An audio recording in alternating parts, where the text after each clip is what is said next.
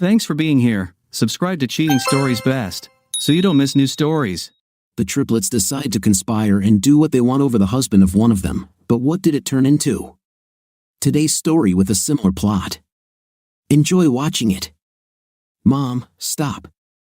None of this means I love Sam any less, she said over the phone to her mother as she walked through the front door of the house. Sam's fiancée brought him to a point that he had been contemplating for years as a general concept, but only in the last 2 weeks as a specific problem. Mother, enough. I told you this because I've always been honest with you, but I'm not asking for your opinion or approval. Besides, I know you and Aunt Sally did the same thing to Dad and Uncle Rob, she continued. Interesting, Sam thought as his fiancée, Cindy, continued to chat with her mother, still not noticing his presence. It turns out that certain morals reign in his bride's family. He had never noticed such insight in himself before, but now looking back, it should have been obvious. How did you know? Cindy's mother asked. Very simple. When you and Aunt Sally start drinking, you get chatty, and boy, do you talk about interesting things sometimes. So, all three of us have known about this for many years, Cindy replied. There was a pause, and Sam assumed it was her mother speaking again. Now, Cindy's tone became calm and reasonable. So, you understand perfectly well what I feel? Yes, it's the same with me. I just need to experience it for myself, get it out of my head, and then I'll be ready for the wedding. After this, I will be the nicest girl in the world, she told her mother. Sam looked down at the old yearbook he held in his lap. In the photo in the middle of the page, Cindy made a face and stuck out her tongue while being photographed. This was one of his favorite photographs. It showed her cheerful, slightly hooligan mood. But looking at this photo, Sam was reminded of Cindy's acne. She had a bad case of cystic acne in her final year of school, the first year they started dating. Indeed, these were very unpleasant memories that spoiled the impression of Cindy's appearance. The yearbook people, of course, retouched her photo to get rid of them, but they missed one pimple just under the wing of her nose, near her left nostril. Due to the lighting and shooting angle, this pimple looked like just a shadow in the album, but he remembered it well because at that time he constantly told her how beautiful and hot she was, even despite the pimple, and insisted that she leave it alone and stop squeezing it. Otherwise, there would be a scar under her nose. Of course, she didn't listen to Sam, and naturally, Cindy ended up with a scar. It was a small scar, and you had to look really hard to see it, but it was there. Cindy never seemed to notice it herself, but it was an important defining reference point for Sam as he tried to figure out which identical triplet sister he was talking to. Why would Sam even think about having to differentiate between stunningly beautiful blonde hot, so hot your ice cream melts from 15M triplets other than just to see if it was possible? It's simple paranoia, of course. As the saying goes, even a paranoid person can have real enemies, and Sam had something worse, enemies. He had 3 older brothers. They did not go so far as to subject the younger one to beatings or physical violence. No, they acted more subtly. They staged a total psychological siege on Sam as a child when his parents were not around. Almost every prank involving his brothers ended in a trap for him, a mocking joke, or a disgusting prank that infuriated him but amused the hell out of them. And these were people who loved him in their own way and beat to a pulp anyone who tried to bully Sam outside the family circle. He learned the hard way that a delicious chocolate cake offered with a smile can be flavored inside with an incredibly hot sauce for the fastest possible colon cleanse, or add someone's disgustingly snotty booger to a raisin bun. As a result, Sam quickly learned the value of caution and the need to look any gift horse in the mouth, or as in the case of his bride, under the wing of his nose on his left side.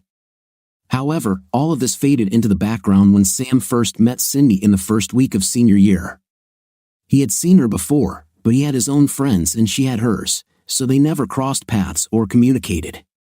But during their senior year, they had an English class together, and they found themselves sitting next to each other in a group of 8 other students, plus their professor. So, it was only natural that Sam and Cindy would finally get to know each other. College was a revelation to him. Even before he met Cindy, in high school, he never went on dates with girls.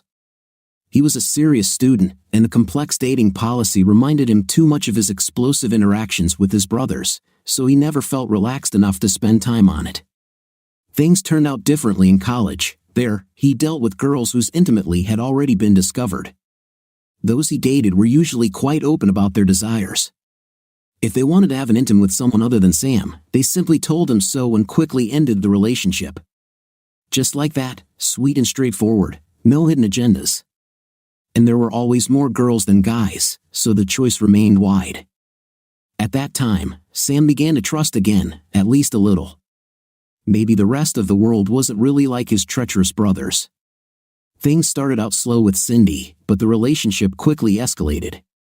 She was a complete pillow princess, so she remained not very active during night, willingly allowing him to do whatever he wanted with her whenever he wanted, within certain limits, of course, and always appreciated his efforts. By Thanksgiving, things had gotten so serious that she dragged him home to meet her parents. Then he met Cindy's sisters. He hadn't seen them before because their father had insisted that they all go to different colleges with the goal, as he said, of scattering the nuggets into different baskets.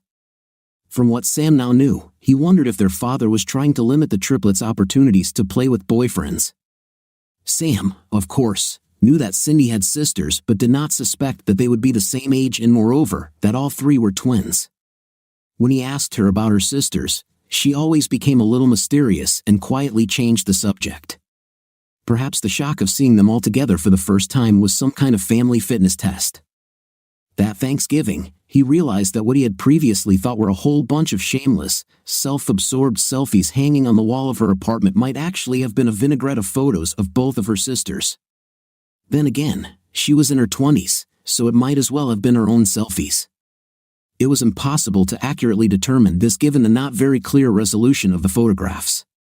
When Sam met the other two girls in the family, he surprised them by not freaking out that the triplets were like a dynasty of circus performers, as apparently many of the other guys they dated had done.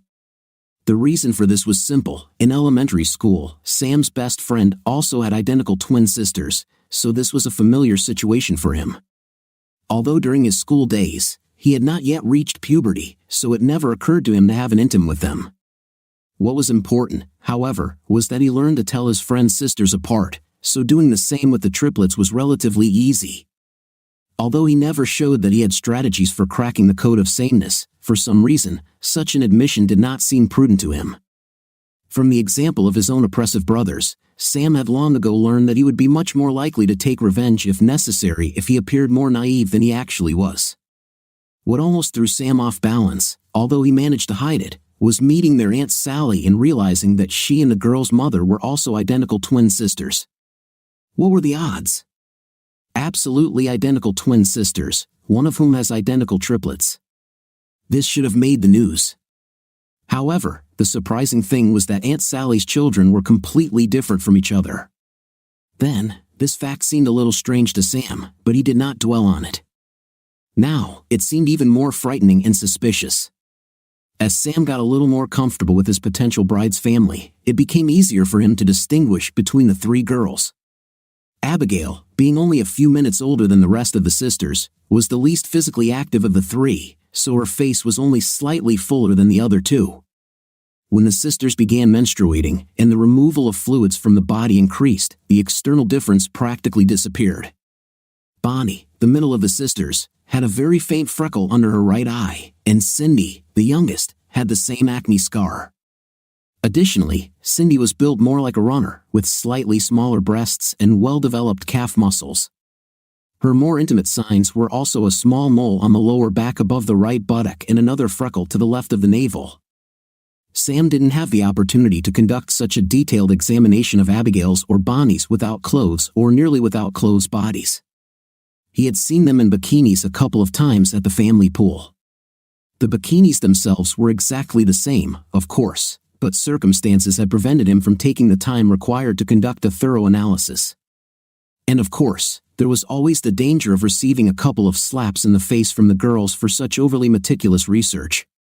But the sisters themselves seemed to think that they all looked exactly the same, at least, that's what they thought. Maybe they thought everyone else was too stupid to understand it. Perhaps the people they usually met were really too inattentive to figure it out. Of course, all three were charming blondes with beautiful breasts, so the giggling and swaying of their seductive curves more than covered most men's intellectual capabilities and probably usually quickly stopped any further questioning.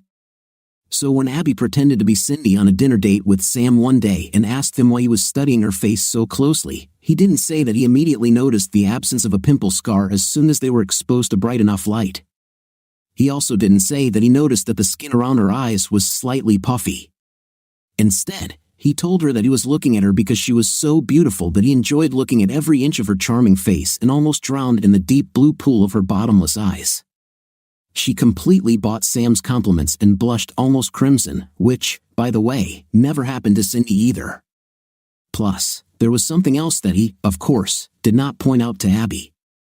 And when Bonnie, in turn, pretending to be Cindy, asked Sam at dinner one day why he was looking at her hands so intently, he didn't tell her it was because Abby's freckle under her. And now took the opportunity to do some amateur palmistry to compare the major and minor lines on her arms with the lines on Cindy's arms to gain additional reference points for possible future use. It turned out that Bonnie had a sideline on her palm running diagonally to her left index finger, which the other two sisters did not have. So, this simple research was worth it. Instead of this important information, Sam, of course, told her that his love for her was so strong that he could not look her in the eyes because he was afraid that he would cry and then she would think that he was some kind of weakling. Instead, Bonnie began to cry herself, another point he made sure to note since neither Abby nor Cindy were that sentimental.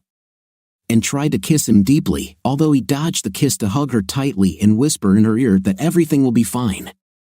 In none of the cases of replacement did he try to kiss or, moreover, sleep with someone other than Abby or Bonnie except perhaps to kiss him on the cheek, and they also did not pursue him.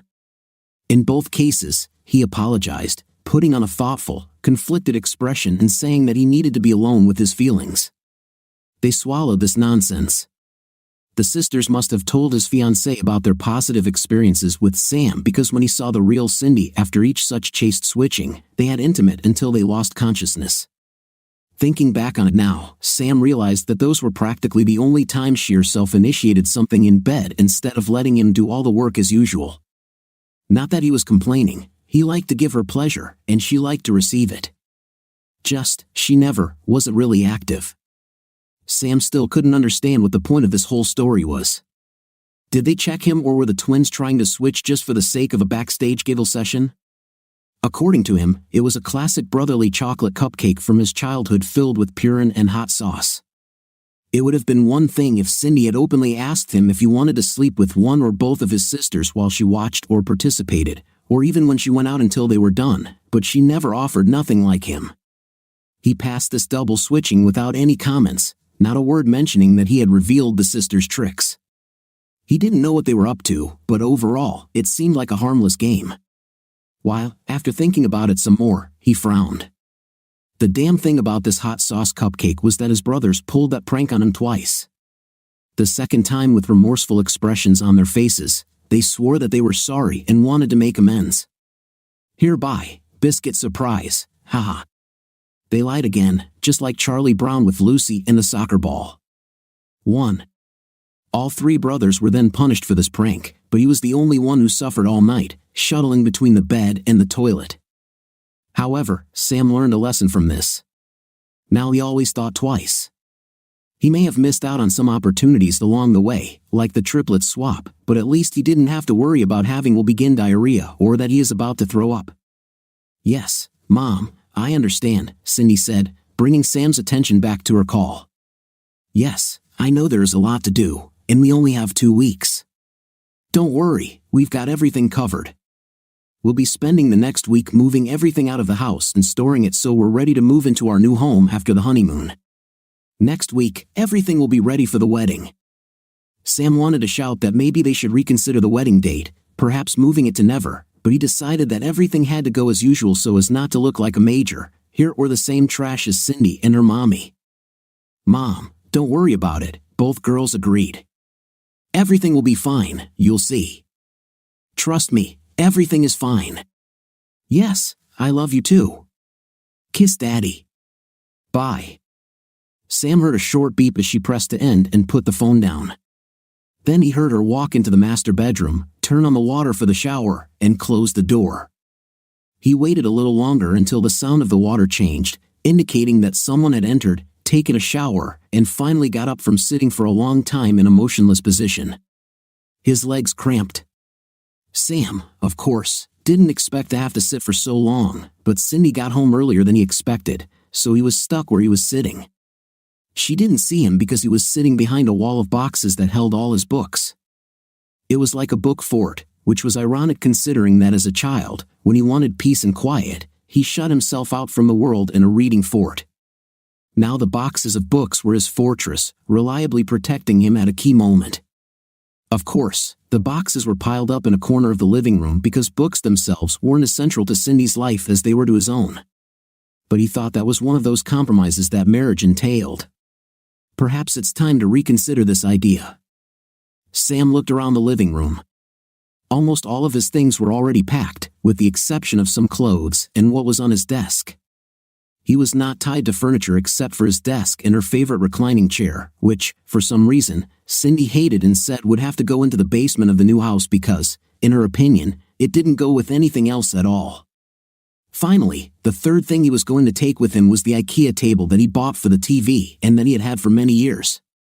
To these things long familiar to Sam, he could add a mattress that he could simply throw on the floor, and everything would be ready for his rest.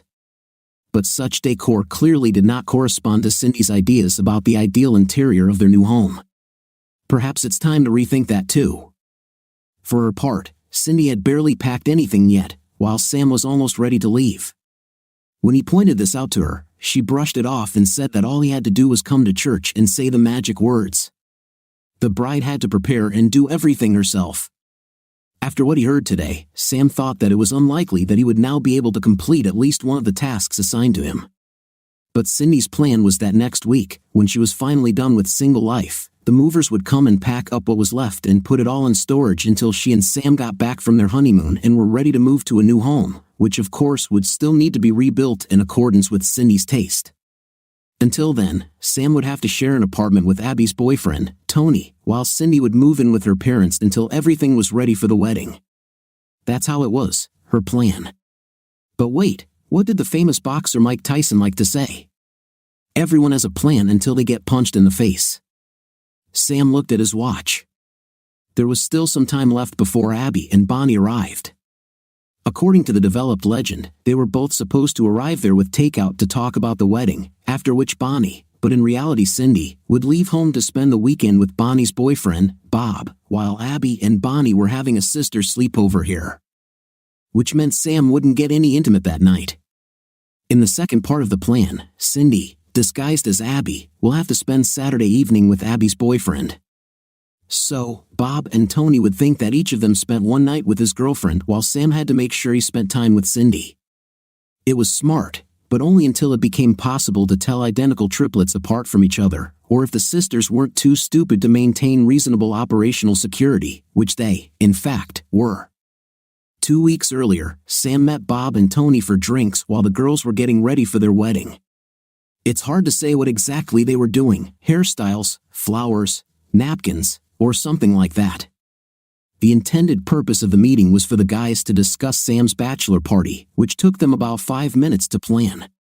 Tony insisted that the bachelor party would consist of 3 key elements: 1. Go to the club, 2. Get really drunk there, and 3. Don't end up behind bars.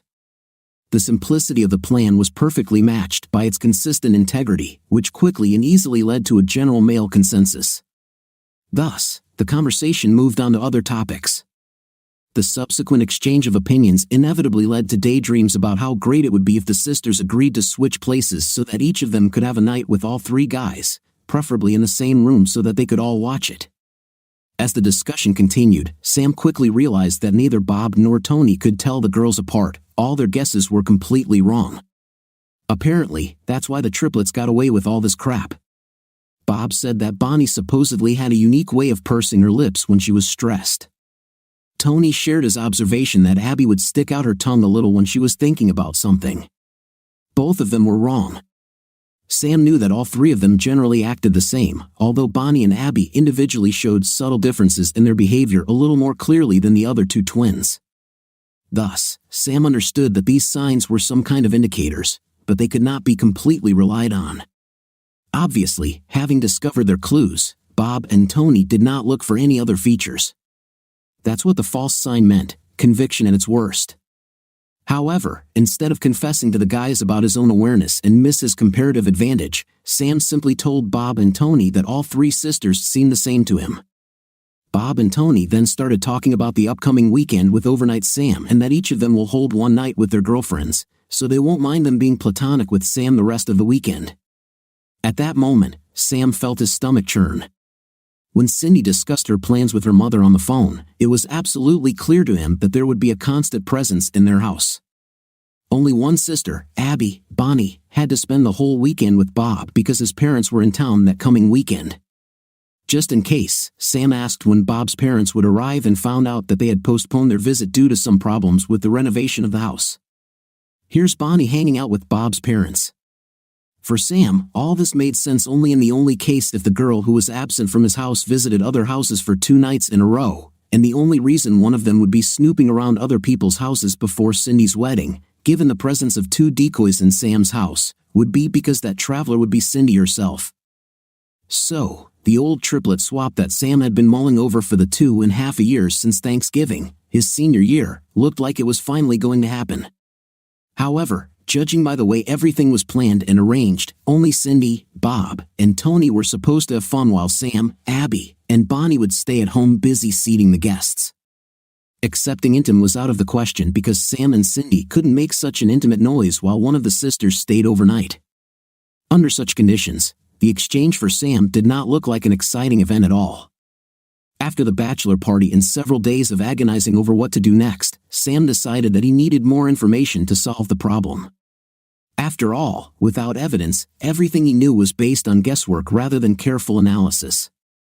After several online purchases with packages delivered to his office, Sam was finally able to take action. He placed several voice recorders around the house, hidden in the chaos of packing for the move, one in each of the 2 bedrooms, one in the living room, another in the dining room, and finally, the last device in the kitchen.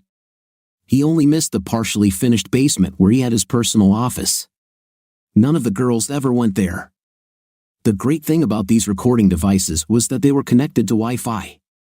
This way, Sam could either stream the recording live to his computer or phone or download the conversations online. He knew he was on shaky legal ground since in their state, the consent of the other party was required for the resulting recording to be legal. But here he was simply eavesdropping on other people's conversations. True, Sam justified his actions by saying that he did it for himself in order to collect intelligence and not to make the recording public in court.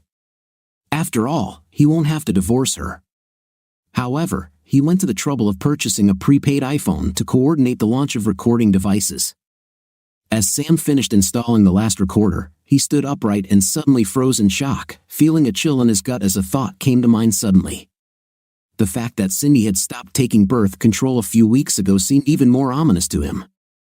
According to her, she wanted to remove this poison from her body before the wedding so that they could immediately start their family. However, according to Sam's calculations, she would begin her period the night before the wedding, which would then continue throughout the honeymoon. When he asked his fiancée about it, Cindy burst into tears and said that she couldn't control the timing of this miracle of female anatomy. But now Sam doubted it. She promised to make amends in other ways, including copious amounts of pre-wedding intim, and he reluctantly relented. Now he was starting to get upset again, especially after he realized that Cindy's most fertile period would come when she was standing, or more accurately, in this case, lying on her lying 5th place with her legs up in the air in front of Abby's boyfriends and Bonnie at the same time. From conversations with the guys, Sam knew that neither Bob nor Tony used protection with their girlfriends. A couple of days after he installed the bugs, Sam hit the bullseye one evening when he had to work late. All 3 sisters gathered at his house, treated themselves to wine, and chatted casually. Cindy warmly thanked them for the wedding gift. Although the girls were happy to help Cindy satisfy her intimate curiosity, Abby and Bonnie still wanted to know why they couldn't also switch places so they could share the pleasures equally. Cindy told them that they could easily swap with Bob and Tony, but to swap with Sam would mean that he was cheating on her, which she would never allow. On the other hand, Cindy did not consider what she herself did to be treason. For her, it was just a game, a little wild prank to say goodbye to her inner wild and eccentric child before finally settling down like an adult. so everything was in order. In any case, she would never feel anything but great love for Sam, so her conscience was clearer too. Then either Abby or Bonnie asked the question that had been tormenting Sam himself lately: if you love Sam so much, why are you going to sleep with our guys without birth control? In response, Cindy's voice became low and hoarse with some kind of animal passion. Girls, just the thought that I could accidentally get knocked up from unprotected intim with another guy makes me so hot and humid. Since I decided to do this, I have had to satisfy myself 3 times a day for the past 2 months, and this even after we had passionate night with Sam, she blurted out excitedly. Look, this will be easy to pull off. On Friday evening and Saturday until noon, Bob will pump into me everything that he has accumulated over the week, and then all Saturday from lunch until Sunday morning, Tony will do the same. Almost choking in anticipation of the entertainment, Cindy continued, when I get back here on Sunday morning, we'll send Sam out to get bagels and coffee, and by the time he gets to the store and back, you'll take off your pajamas so I can shower and put them on. Then I'll say goodbye to you, after which Sam will spend the whole day having an intimate with me without a protection. As we agreed, he won't have any night for 2 days while you're here, Abby, so he'll probably be completely on edge and ready to jump on me as soon as I spread my legs for him. Everything is very simple. Cindy laughed. Bonnie then said, okay, then let it be your way, but Bobby must never find out about this, and I'm sure Abby doesn't want Tony to know either, especially if one of them gets you pregnant.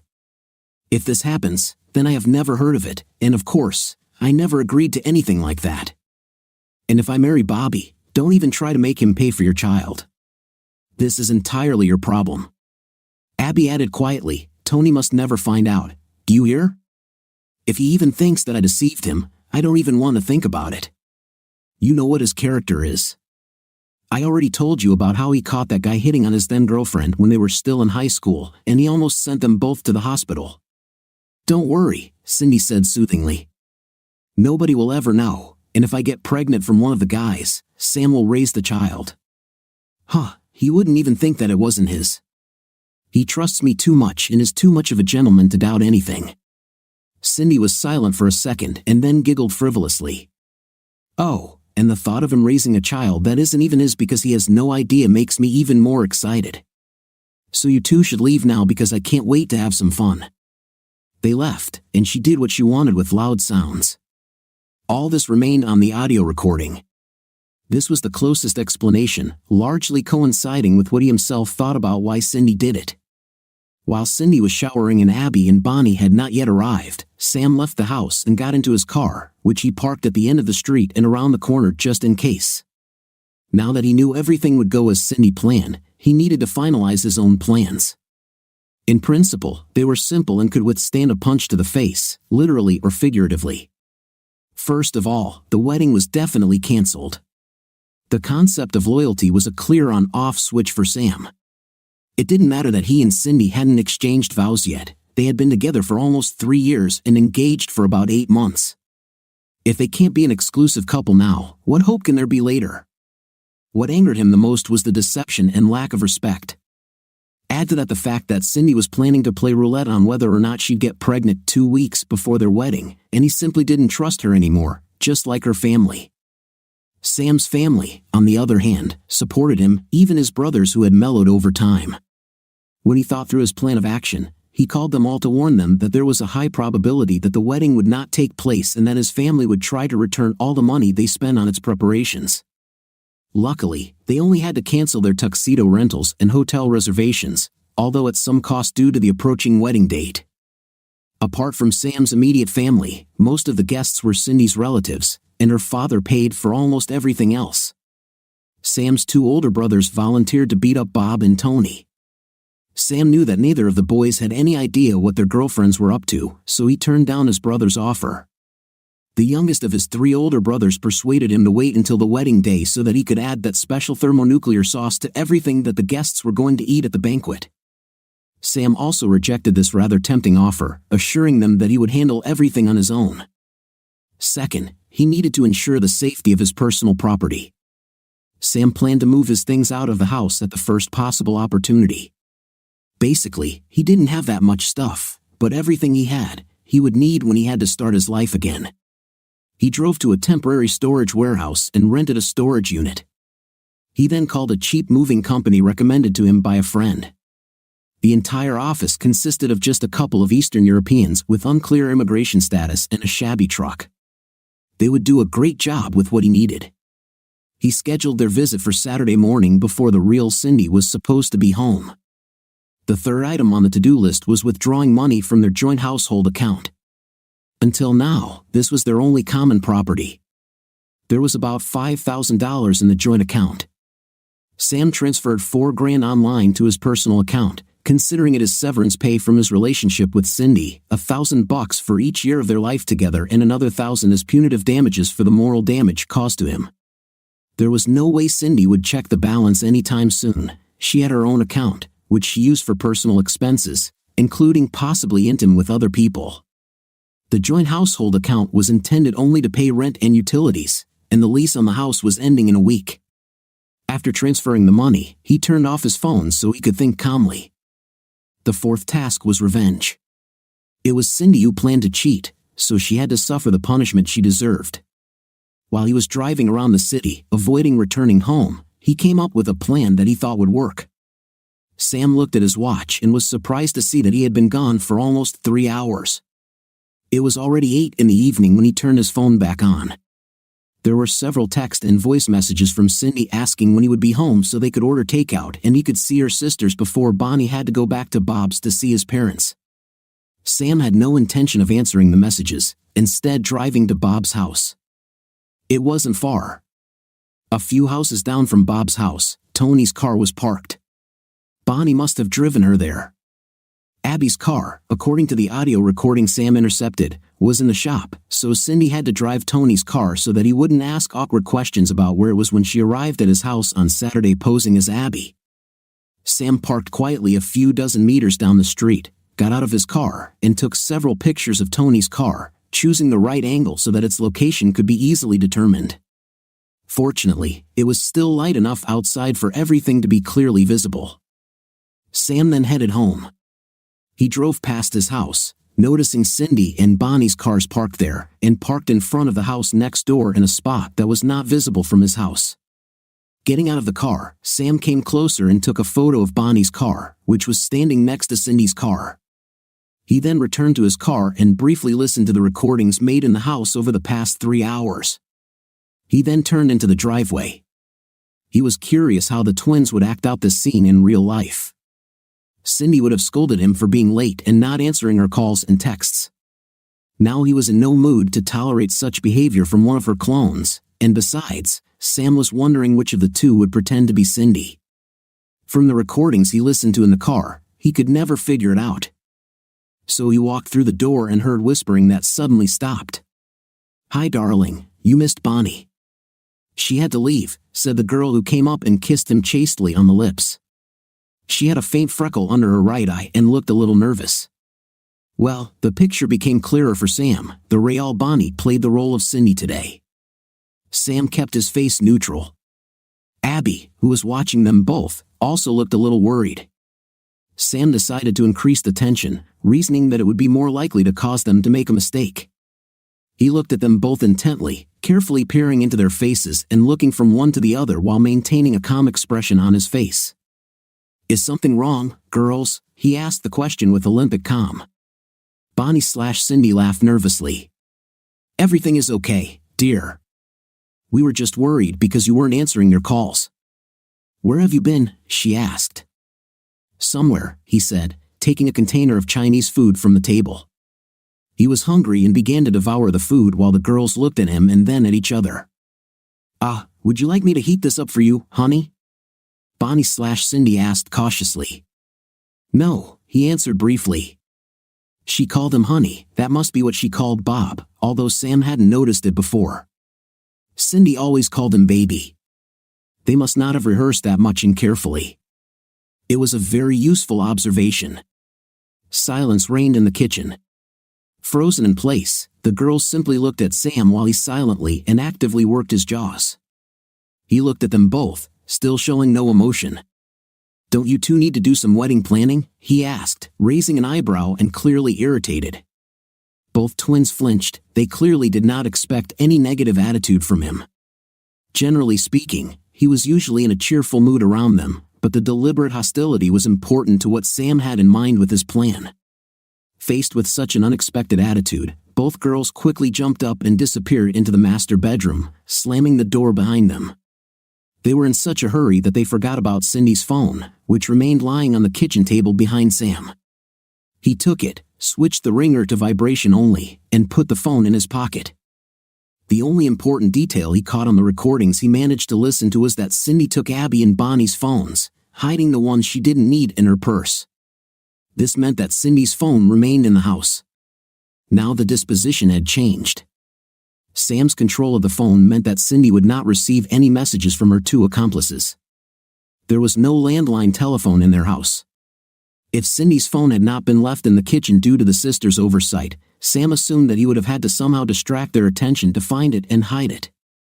Such a happy coincidence of circumstances would greatly simplify the situation and allow him to pay off the deceivers in full. So the bets were placed, the trump cards were in hand. Now it was time to start the game. After finishing his meal, Sam grabbed a beer and went down to his office in the basement, making sure to leave a mess in the kitchen. This was also not in his habits since he was known to be the most careful of all three boyfriends. Descending the stairs, he slammed the door behind him and was pleased to hear the bedroom door open above him and the sound of footsteps heading towards the kitchen. Sam turned on the live broadcast of the conversation from there. Even without recording, it was clear that one of the twins was washing the dishes. "Is there something wrong? Have you ever seen him so gloomy?" one of them asked. "No, they probably had a fight." "Damn it, why didn't she warn us?" "Because as always, she doesn't think about anyone but herself," another snorted. "We should call her." "I know she said not to do it, but it really could get out of control." Where's the phone?" "How do I know? Wasn't it with you last time?" "I don't remember." "No, wait, I think Cindy has it." "And where did she put it?" "Oh, do you think she put it in her purse with the others?" "Maybe." "Well, what should we do now?" There was a clearly nervous tone in the voice. "No matter what, we have to make him happy tonight, at least until we can talk to her tomorrow." "It's easy for you to say, today I am Cindy." There was laughter. "And I thought that you wanted to change." "I have changed my mind. I've thought about this a lot. I don't need any other guy but Bobby. I'll die if he cheats on me, and I can't understand how what Cindy is doing is different from this." It now became clear that it was Bonnie's voice. "Actually, we both used to change with Cindy before meeting Sam, and then you didn't seem to have any problems with it," Abby reminded. "That was a different matter. We were just checking him out and nothing happened. He was a real gentleman." "Well then, just satisfy this gentleman tonight if you have to," Abby suggested. "It won't count. Tell him you have thrush or something, but you still want to please him. You'll see, he'll agree. Guys are generally selfish." "Maybe I should go check on him down there," Bonnie asked hesitantly. "If I were you, I'd leave him alone for now." Then the shuffling footsteps returned to the master bedroom and the door closed again. Sam promptly switched to listening to a live audio recording of what Abby and Bonnie were talking about in the bedroom. "I can't do this," it sounded like Bonnie was about to have a nervous breakdown. "Well, you'll have to, sis. If he gets out of control, as for me, I'm not going to do anything intimately with him. Tony will kill me if he finds out, so you have to take responsibility for yourself, for the sake of the whole team." "I've never lied to Bobby before," Bonnie repeated in a depressed voice. "It's too late, honey.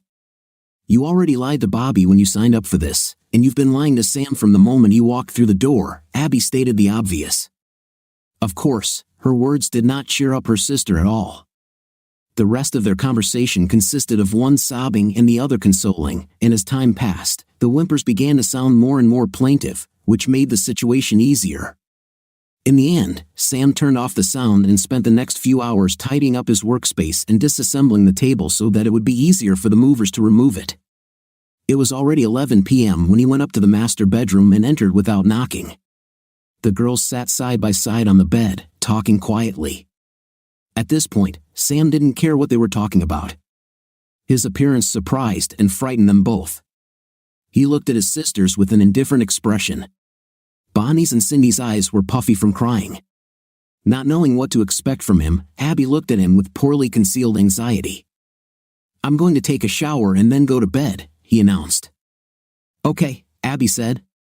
"We'll move into the living room so that our conversations don't disturb your sleep. If this is what you want, then it's better to just save us all a lot of time and effort and go back to your parents. Then no one will have to waste time and money planning a wedding. We can just stop all this," Sam said coolly. "What?" Oh, Abby screamed in shock. Worried, Bonnie and Cindy looked unable to say anything at all.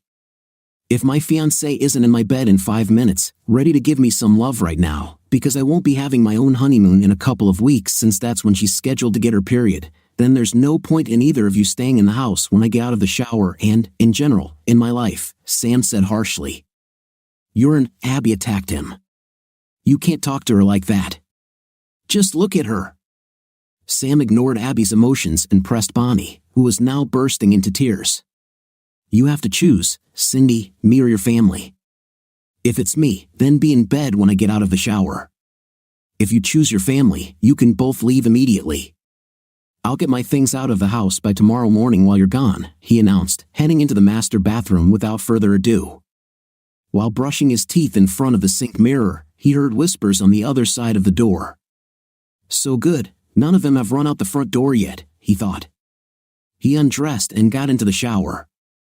As the hot water poured over him, he heard the creaky bathroom door slowly begin to open. This was getting quite interesting. He assumed the fight would start in the bedroom with at least some screaming and yelling about what an insensitive fifth place he was. He didn't really expect anything more than ruining Cindy's weekend before dumping her according to his original plan. Both sisters, unable to withstand his pressure, were to run away from the house, after which, under some pretext, they would yank Cindy out of Bob's bed and send her back to him to try to save the upcoming wedding. Then Sam would find stained underwear in her purse, and that would be Cindy's game over. But now, he realized that another scenario could play out, one that he had not even counted on. As he was rinsing off the soap and shampoo, he heard the shower door open behind him.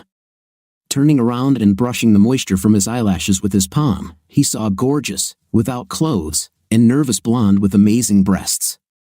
The real surprise for him was that this without clothes and clearly nervous blonde with magnificent breasts did not have a freckle under her right eye. It was Abby, not Bonnie. Bonnie must have remained there, cowering in sobs and snot, and thus was thrown out of the ring.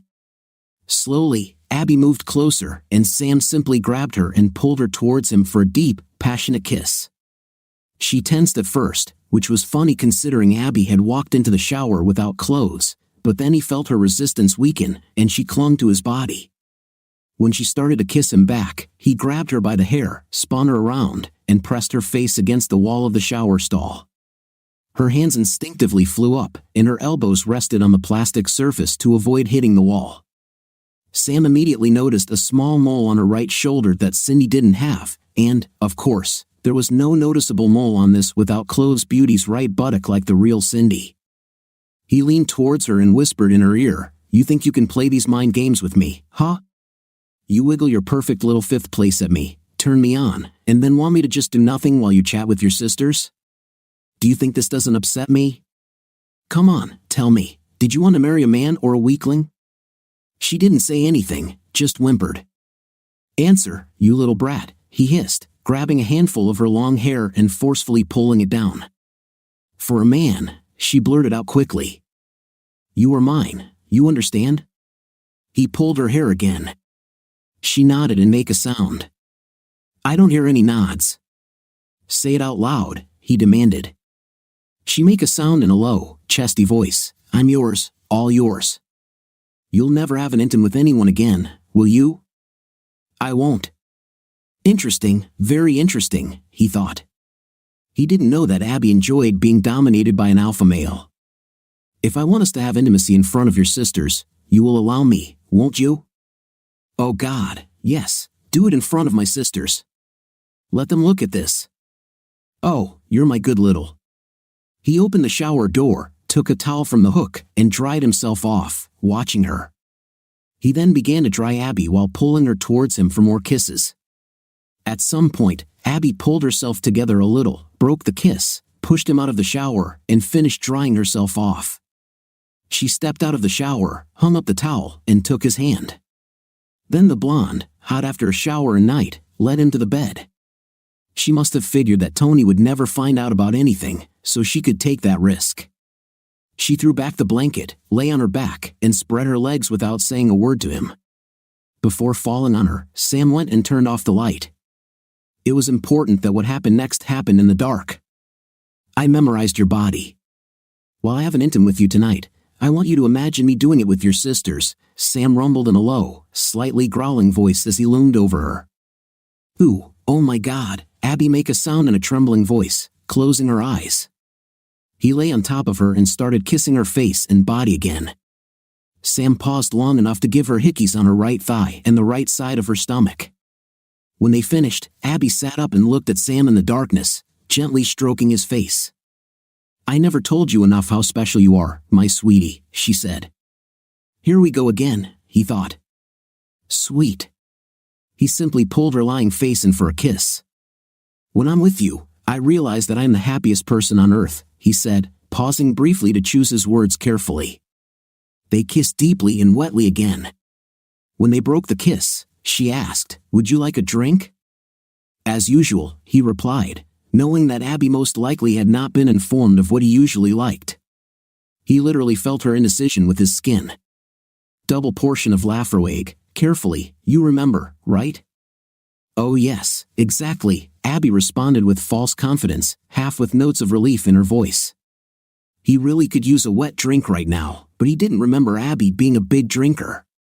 Could she even think about slipping something into his glass to keep him under her control for the rest of the night? He'll have to tread carefully here. His current twin lover slipped out of bed and disappeared behind the door, closing it behind her.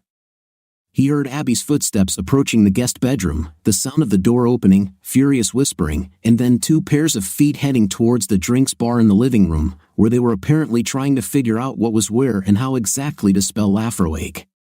Until that moment, he had no idea how noisy it was in his house. Absolutely everything could be heard.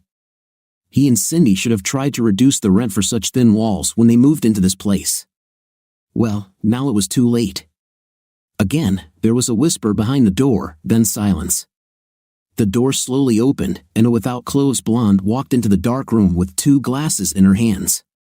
The dim light pouring from the corridor illuminated an almost perfect silhouette, designed to provoke the commission of one of the deadly sins. She closed the door, pushing it with her tight fifth place. The old door creaked with the happiness of such contact, and she carefully approached the bed. As she came closer, he quickly stood up, took both glasses from her hands, placed them on the bedside table, and pulled the beauty towards him for a deep kiss. Sam tasted the vodka on her lips and tongue and felt her trembling. This was not the warm skin of the girl who had left the room a minute ago. They must have switched places again. Abby probably told Bonnie that now that he had just had a night, he would be satisfied and relaxed. This miscalculation of theirs, on the contrary, made him excited again. Feeling this, she tensed, broke the kiss, and pushed him away. Would you like another drink, honey? She suggested with nervous haste. Cute, so that's right, the sisters switched places again, Sam thought. Bonnie tried to sound calm, but there was tension in her voice. You know what? I changed my mind about what I want to drink, Sam snapped. He spun her around, pushed her back onto the bed, and began caressing and kissing her whole body. At the same time, he made sure to give the middle sister more hickeys on her left thigh and left side of her stomach. Having finished with caresses, they have an intim. Bonnie then hugged him tightly, and they both drifted off to sleep. The next morning, Sam woke up, and in the morning light breaking through the curtains, he saw a freckle under the girl's right eye. Sam had a night with her again. Is the heating on? She suddenly asked between deep breaths, turning her head on the pillow. I don't know. Are you cold? Bonnie nodded, jumping off the bed and quickly running out the door. Ned, carefully closing it behind her, heard the hurried patter of bare feet along the corridor, after which the door of the guest room creaked open again. The girls' whispering was heard, which became louder although they tried to be quiet, and then footsteps returning back to the master bedroom. The beautiful, without clothes blonde goddess who was now entering the room did not have a freckle under her right eye, so it was clear as this sunny morning that Abby had reappeared in the bedroom, starting her morning shift. The hickeys given to her at night were clearly visible in the morning light. Fortunately, none of the girls had yet paid attention to them. "You're cold," he told her as she climbed into bed. Unlike Bonnie, Abby had a big smile on her face. "True, but you can keep me warm," she purred playfully, and he did just that, first in bed and then in the shower. Finally, they finished having an intim, got dressed, and went to the kitchen. Bonnie, pretending to be Abby, was already sitting there quietly drinking coffee, looking rather sullen. Abby, for her part, continued to pretend to be Cindy, chatting happily and incessantly while cooking scrambled eggs. The high spirits were ruined by a knock on the door. Sam went out to open it and found that the movers had arrived. He pointed out the boxes he wanted them to take and showed them what needed to be taken from the basement. The girls looked at each other with concern. "Honey, what's going on?" Abby, Cindy, asked. "You're under so much stress with the move and the wedding and everything else that I just want to make your life easier," Sam replied kindly. "That's why I'll ask the guys to move my things first. You said they were bothering you, and I want to do everything in my power to help my fiancée." Abby thought about his words, then smiled and leaned in for a kiss. "Thank you, darling. You are so caring." Bonnie, in turn, looked at what was happening doubtfully but said nothing. Immediately after breakfast, Abby, Cindy, ushered Sam out of the kitchen while she cleaned up the place. After that, he and Bonnie retired to the guest bedroom. Sam went out into the yard and dialed Tony's number. "What's up, bro?" Tony asked in a sleepy voice, yawning. "Bad news, man," Sam replied. "What?" Tony immediately became alert, instantly shaking off his drowsiness. "I think Abby might be cheating on you." "What?" "This can't be true," he blurted out. "But I'm not sure about this. Over the past couple of days, I have heard snatches of phrases from the girls that didn't make any sense at the time. But guess what? Last night I saw your car parked outside Bob's house and Bonnie's car parked here at mine." "Damn," Tony swore and fell silent for a few seconds. Then his voice was heard on the phone again. "No disrespect, but are you sure about this? I took photographs. Listen, I didn't want to believe it myself, and I didn't want to say anything until I was sure. But now I'm running out of explanations. Think about it. From last night until this morning, I had the same two sisters here.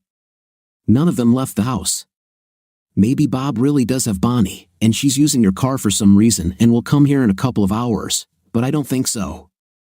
Sam continued to sow seeds of doubt and escalate while Tony hung on his every word. "The two girls who are here now are talking as if they don't think anyone else will come today. Until now, I haven't had the opportunity to free myself to call you. Now I took a moment and immediately dialed your number. I'll send pictures of the cars right after I switch off. Look at the metadata for yourself and see where and when I made them. I don't want to get involved in all this, but if I were you, man, I'd want to know what's going on." "Damn it," Tony swore again. "I understand you, bro.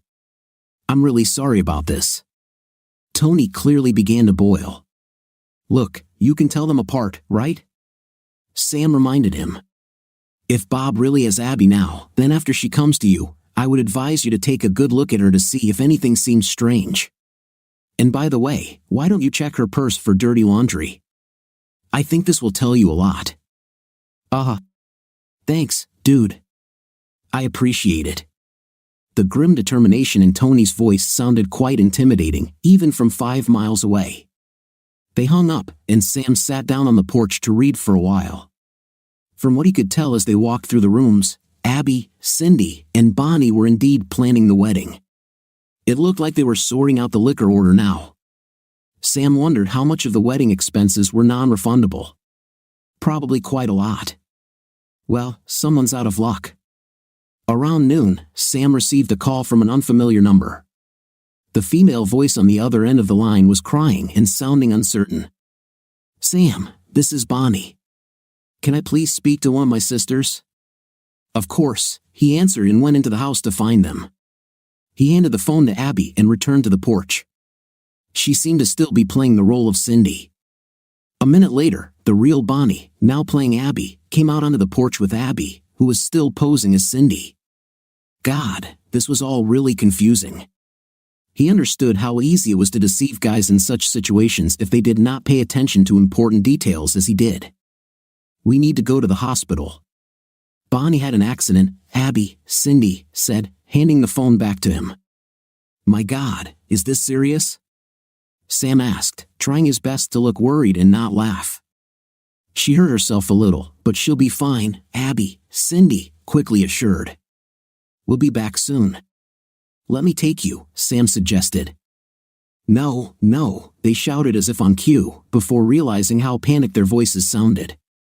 Immediately, both conspirators looked at each other and then simultaneously became embarrassed and blushed. It's okay, Abby, Cindy hastily added, trying to quickly move past the awkward moment. You know what a fool Bonnie is, she said without blinking an eye, withstanding the withering look that the real Bonnie, standing next to her, threw at her. I know you still have a lot to do, so stay here. She'll be fine. Sam thought about arguing, but it wasn't much fun anymore, so he let them drive away, protesting a little just for show.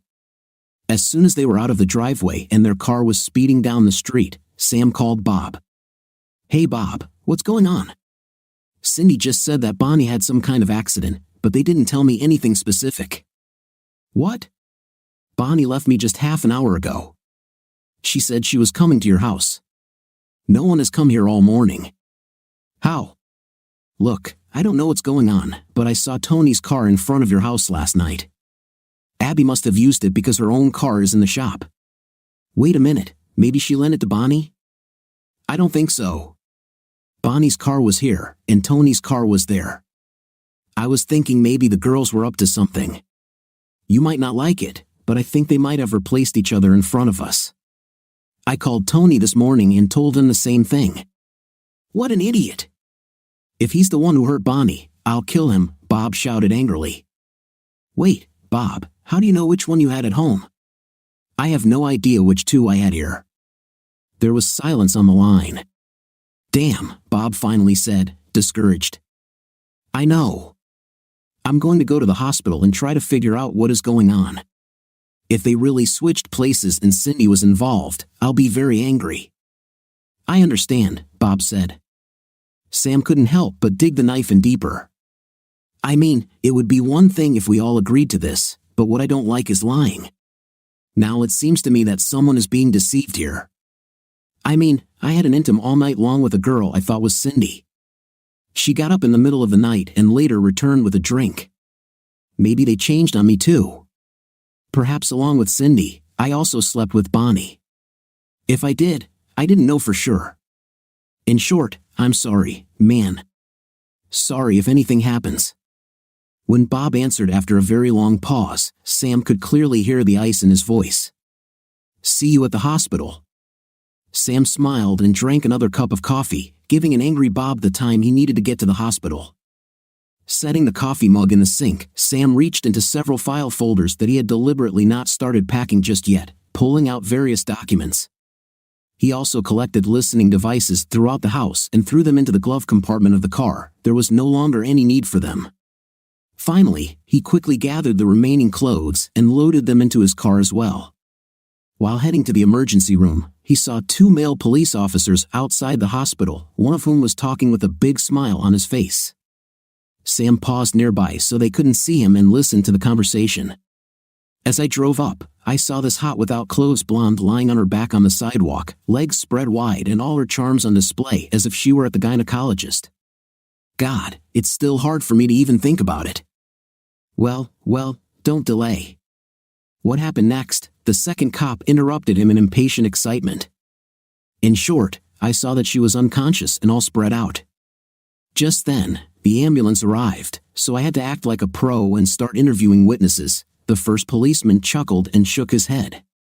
It looks like her boyfriend thought she was cheating on him, forced her to undress to look for hickeys, and when he found them, he whipped her fifth place with a belt so much that she ran out the door without clothes as she was. It ended up that when she rushed away from him across the road, she somersaulted over the hood of a passing car. In general, the beauty hit her head on the ground.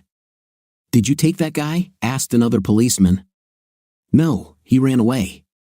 "God, but that girl was gorgeous, that is, until the doctors brought her to her senses and sat her upright. As soon as she came to, she immediately started vomiting just like in The Exorcist." At this point, Sam stopped eavesdropping and proceeded to the hospital. After the standard rude greeting at the reception desk, he was directed to the reception department. "As I understand it, my fiancée has just been admitted. I want to make sure you have all of her insurance information. I have her healthcare power of attorney and a HIPAA authorization form." Those were the magic words for the receptionist, who chattered happily, confirming that Cynthia Springer had been admitted to the hospital with a skull injury and a concussion, but otherwise only bruises and scrapes. "This," she said, "was very lucky because Cindy was hit by a car. They are doing all sorts of tests to make sure she is not in danger. Most likely, they will leave the girl under observation overnight, but perhaps she will be discharged tomorrow." This talkative employee happily told Sam the number of Cindy's emergency room and also gave him a visitor's pass. Sam walked to the victim's room like a robot, not experiencing any emotions, just taking it step by step. Entering the room and approaching the bed, he saw Cindy's parents and sisters gathered around her, and they all looked deeply worried. When they saw Sam's face, their concern grew into real panic. "My only question, Cindy," Sam said before anyone could react, "was whether Tony had intimate with you before he hit you." Cindy's face contorted, and she immediately burst into tears. The rest of the group looked rather depressed. "In case you haven't realized yet, the wedding is cancelled," he added. The loud cry instantly turned into a cry of despair. Cindy's father stood up and hurried towards her. Sam let him talk for a couple of minutes. Cindy's father turned his head to Sam while trying to calm his daughter down. Sam looked at him impassively. Until now, he liked this man, but not enough to put up with all this crap. Sam couldn't read anything but worry on his once future father-in-law's face, but now he was sure that the last thing he wanted was for anyone from this family of idiots to talk to him. "I hope you know that your wife and her sister also switched places between you and your brother-in-law." Sam presented another trump card from his hand. The man's face showed shock. Whether it was the shock that someone had discovered his secret shame or whether he himself was just now learning about it for the first time, Sam couldn't figure it out. However, he didn't care. "I heard your daughter talking about this on the phone with your wife," Sam said. Sam's future ex-father-in-law's mouth opened and closed like a fish out of water. Not a sound came out of him. As if to compensate for this, the decibels of Cindy's blood-curdling screams began to go through the roof. "Maybe you didn't know. Of course, it's your own business, but maybe you should consider getting a DNA test done on your daughters," Sam said, making sarcastic air quotes. Hearing these words, his failed future mother-in-law jumped up and then, as if struck by the lightning of Zeus, lost consciousness, collapsing next to Cindy's bed and hitting her head on the floor. It didn't sound good, but at least if it was another concussion, she was in the right place. As Bonnie rushed to her mother's aid, Abby spat in Sam's face. "Oh, you idiot! You knew what was going on all along, didn't you?" Abby exclaimed. Sam just smiled. "If it makes you feel any better, Abby, you and Bonnie are much better at night than your sister. And besides, Abby, you're good at intim, much better than Bonnie. Bye, everyone. See you later." Sam was just walking out the door when Bob headed inside with a very gloomy face. "You might want to check your girlfriend for hickeys and ask her where she got them," Sam told him as he walked away, muffled albeit desperate cries from outside the emergency room echoing in his ears as he entered the lobby. Reaching the front door, Sam heard the loud voice over the PA system, "Security service is being called by an ambulance urgently. Security at the emergency room, urgently." 3 months later, sitting in bed and sipping scotch, Sam looked at the gorgeous blonde with amazing breasts and a beautiful round fifth place who lay supine next to him, snoring and with arms spread wide. The inside of her thighs and her plump, protruding breasts were covered with numerous hickeys. A small mole on her right shoulder blade was barely visible. The tight hemispheres of her fifth place were red from the many handprints he left there. Since she was a good little girl, he did not chain her to the wall when he left the hospital. He had no intention of ever seeing any of them again, let alone sleeping with one of the twins. But one day, Abby followed him home from work. When he protested, She told him that she had promised him that night in the house that she belonged to him and no one else, and she seriously meant it. Besides, Tony kicked her out of the house anyway. He never hit her, although he said he really wanted to.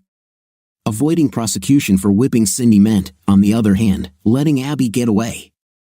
Bob, when he went to the hospital that day, also never hit Bonnie, but he screamed at her so loudly and called her such dirty epithets that she had to be sedated and he was escorted out by security. This was also the end of their relationship. Cindy was now at home with her mother, and Bonnie, still a little woozy from her concussion, was not coping well with household chores. Their house now had a lot of space.